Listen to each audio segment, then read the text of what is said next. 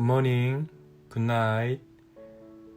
아침 10분, 그리고 잠자리에 드시기 전에 잠깐 생각하시라고, 그래서 제가 10분 아침 묵상, 잠자리 생각 이렇게 제목을 붙였죠.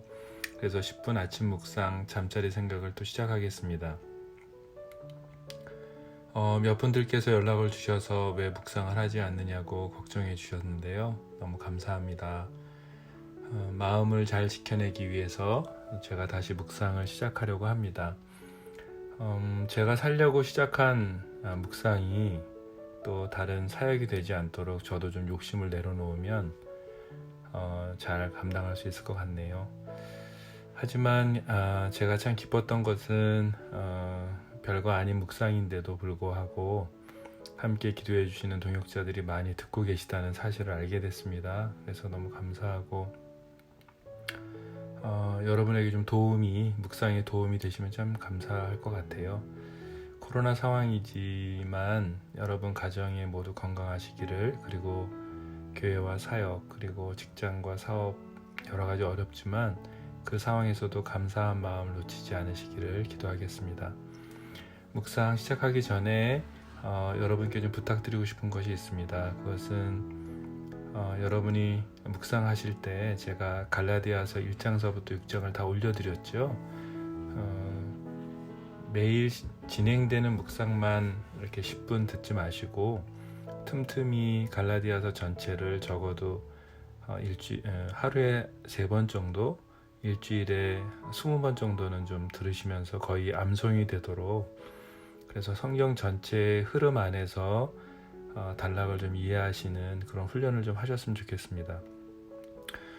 여러분 성경 통독하시면서 아셔야 될 것은 지금의 어떠한 그 장절 구분은 원래 되어 있지 않았습니다.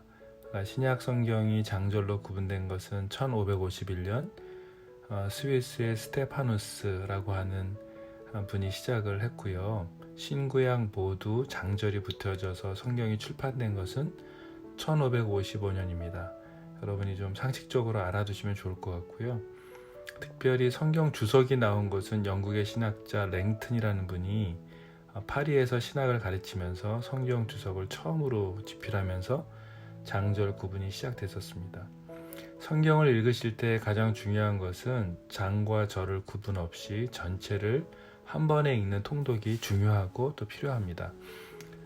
그래서 갈라디아서 1장서부터 6장까지 여러분이 좀 단락별로만 보시지 마시고 숲 전체를 좀 보시고 이후에 좀 나무들을 좀 보시는 시간들을 저랑 가지시면 좋을 것 같아요.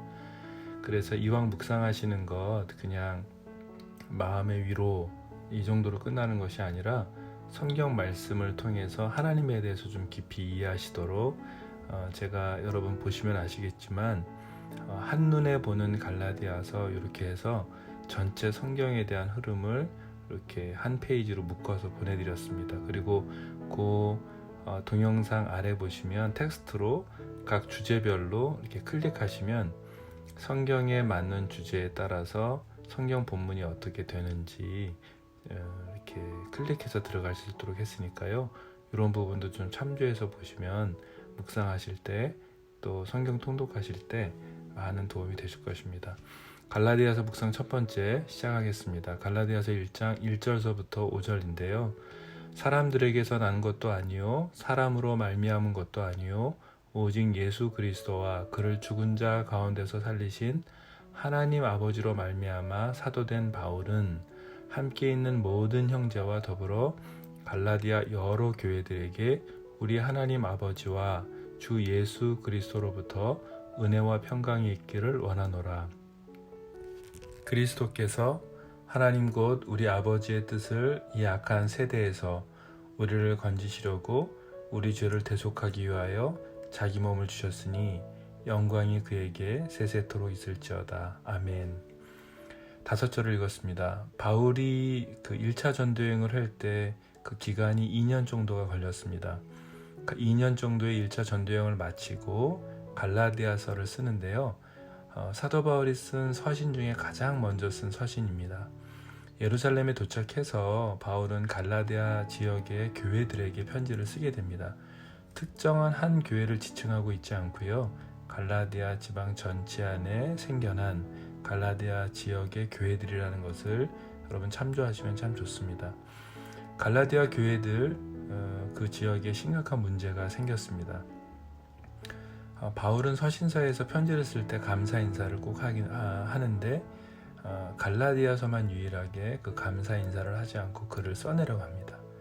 바울이 좀 화났던 내용들이 있었는데요. 그것은 무엇이냐면 여러분 아시는 것처럼 사도 바울이 전한 것 이외에 다른 복음이 전해지고 있었던 것입니다.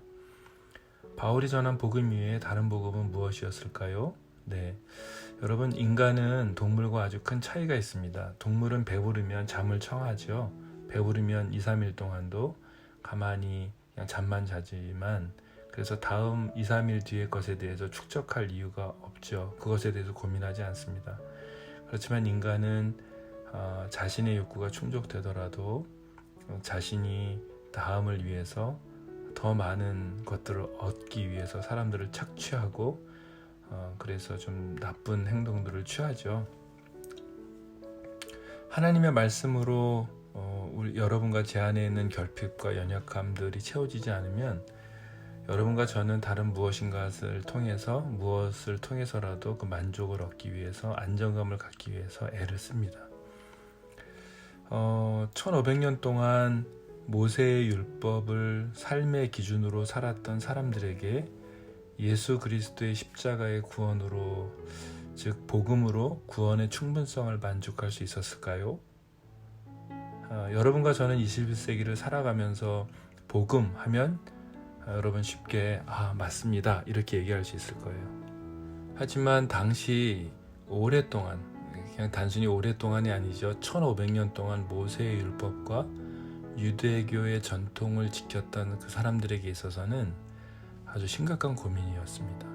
그래서 갈라디아 교회는 유대주의자들이라고 하는 사람들이 자신이 살아왔던 그 모세의 율법과 그 유대교의 전통을 함께 지켜야 아주 온전한 구원을 받을 수 있다고 하는 잘못된 가르침을 전하고 있었습니다. 그래서 바울이 너무나 화가 났어요. 유대주의자들의 핵심적인 가르침은요, 누구든지 그리스도인이 되려면 바리새인들처럼 모세의 율법을 지키거나 아니면 유대인이 되어야 한다는 것이었어요. 당시 유대주의자는 일반적인 유대인들과는 좀 다르게 초기 기독교대에 있었던 유대인의 무리라고 보시면 이해하기가 쉽습니다. 이들은 율법의 모든 것을 온전히 헌신하는 것이 그리스도에게 회심했다는 증거라는 주장을 했습니다. 그래서 기독교를 예수 그리스도 이외에 모세주의, 즉 모세의 가르침을 함께 해야 한다라고 하는 어떤 종교적인 그 체계를 만들려고 했습니다. 사도 바울은 여기에서 이 부분을 언급하면서 이들에 대해서 아주 강하게 부정하고 말을 합니다. 이런 유대주의자들의 예수님의 구원의 믿음과 더불어서 율법을 목숨처럼 지켜야 한다는 그들의 주장에 대해서 사도 바울은 예수님의 십자가 하나만으로 충분하다, 예수님의 십자가 구원은 이것 하나만으로 충분하다라고 하는 가르침, 그래서 그들의 유대주의자들이 가르치는 그 가르침에 대해서 주의하라고 경고하고 있습니다. 그것이 갈라디아서입니다. 또한 윤리적인 삶을 살아가는데 가장 큰 힘을 주시는 성령 하나님에 대해서 부정하는 것이라고 생각해서 유대주의자들에 대해서 강하게 비판하고 그들에 대해서 아주 성령의 열매에 대해서 강조를 그래서 하는 거거든요. 그래서 여러분 성경을 전체적으로 보시면 왜 사도 바울이 이렇게까지 이야기하면서 성령의 열매 부분을 갈라디아에서 강조하고 있는지 여러분 보시면 이해가 되실 것입니다. 특별히 이 유대주의자들의 잘못 중에 심각하게 사도 바울이 바라보게 된 것은 뭐냐면 그리스도인은 예수 그리스도에게 순종하는 것이 아니라 유대주의자들은 유대주의자들의 그룹에 속하면 될 것을 강조하고 있기 때문에 아주 바울은 강하게 비판했습니다. 오죽했으면 갈라디아서 5장 12절 말씀 보게 되면 여러분 그 원문을 해석하다 보면 그것이 그냥 슬쩍 지나가지만 사실은 원문의 의미를 저희가 이해하도록 좀 설명하면 율법의 할례를 언급하면서 칼이 더 깊이 들어가서 자기 스스로 그 성기를 베어버리는 베어버리기를 원한다는 표현을 할 정도로 사도 바울이 아주 강하게 그들에 대해서 비판을 했습니다. 바울은 편지 서두에 감사인자조차 하지 않을 정도로 유대주의자들에 대한 가르침에 대해서 넘어간 그 갈라디아 지역의 교회들에게 아주 실망을 많이 했었어요. 오늘 저는 이 본문을 묵상하면서 성령 하나님께서 제게 물으시는 질문들을 좀 듣게 됐습니다. 단순히 이 본문을 지금의 습관적인 복음의 이해에서 출발하지 않으셨으면 좋겠어요. 조금 더 진지하게 성령 하나님께서 여러분과 제게 묻는 질문을 좀 들으셨으면 좋겠습니다. 어떤 질문일까요? 예수 그리스도의 십자가 구원이 정말 오늘 여러분과 제게 절박한가? 예수 그리스도의 십자가의 구원에 감사합니까? 예수 그리스도의 십자가를 생각하면 눈물이 나시나요? 우리가 신앙생활 하면서 예수님 외에 어느 단체나 어느 조직에 속한 것으로 혹시 만족함을 가지고 있으면서 십자가, 복음에 대한 본질을 혹시 잊어버리지는 않았습니까? 라는 겁니다. 혹시 예수 그리스도의 십자가 복음 외에 여러분과 저의 삶의 어떤 신앙생활 속에서 다른 이유가 지켜져야지만 좀 마음이 평안함을 느끼진 않나요? 이것은 꼭 해야 돼라고 하는 그 마음 가운데 찝찝한 생각이 혹시 있는 것이 있습니까? 예수 그리스도의 십자가 복음 이외에 적어도 나는 매주 무엇을 해야 돼? 무엇을 하지 않으면 이것은 하나님 앞에서의 잘못된 것이야 라고 하는 그런 질문들, 오늘 성령 하나님께 내 마음을 좀 조명해 주시기를 기도했으면 좀 좋겠습니다. 또 다른 질문들을 계속 주님이 성령께서 주셨어요. 나는 바울처럼 이러한 복음 외에 다른 세상의 가치가 판을 치고 있는데 나는 거룩한 분노를 하고 있는가? 나는 세상과 혹시 타협하고 있지 않은가? 거룩함을 지켜내기보다는 침묵하며 세상 속에서 암묵적인 동의로 살아가고 있지는 않은가? 십자가의 구원의 기쁨과 은혜의 감사함이 내게 있는가? 여러분, 예수님의 제자로 살아가는데 다른 것에 가치와 목적을 두고 살아가는 것이 있다면 오늘 철저하게 내려놓는 하루의 시작이 되었으면 좋겠습니다. 수많은 질문을 성령 하나님께서 하고 계신다고 믿습니다. 성령 하나님께서 내 마음에 말씀하시는 것을 놓치지 않고 그 말씀하시는 것에 답하는 그런 하루가 되었으면 참 좋겠습니다. 여러분, 묵상은 하나님을 알아가는 것이죠. 묵상은 성령 하나님께서 성경 말씀을 통해서 나에게 말씀하시는 것들을 확인하는 것입니다. 오늘 갈라디아서 1장 1절서부터 5절 가운데 성령 하나님께서 여러분과 저에게 질문하시는 이 질문을 들으시는, 그래서 그 성령께 답하시는 하루가 되었으면 좋겠습니다. 기도하겠습니다. 하나님, 세상에 거룩하지 못한 가치관과 문화 속에서 살아가면서 그리스도인으로서 거룩한 분노가 제게 없었음을, 제가 그 분노를 잃어버렸습니다. 아버지, 오늘 제가 회복해야 하는 것이 무엇인지 성령 하나님 말씀해 주십시오. 하나님, 예수 그리스도의 구원의 기쁨을 잃어버렸습니다. 예수님을 위해 살아간다고 하지만 또 삶의 내용은 예수님보다 다른 것에 더 가치를 두고 있었습니다. 우리가 생각했던 명예, 재물, 사역, 칭찬 등 눈에 보이거나 눈에 보이지 않거나 예수님보다 다른 것에 더 기쁨과 가치를 두었던 것들을 용서해 주십시오. 성령 하나님, 제게 오늘 말씀해 주십시오. 제가 발견해야 할 제 안에 거짓된 복음은 무엇입니까? 주님을 사랑한다고 하면서 더 사랑하는 것이 있었다면 가르쳐 주십시오. 하나님, 오늘도 저희가 거룩함을 지켜 행하는 그리스도인으로 살아가기 위해서 내 삶과 주변을 돌아볼 것이 있다면 성령 하나님 말씀해 주십시오. 예수님의 이름으로 기도드렸습니다.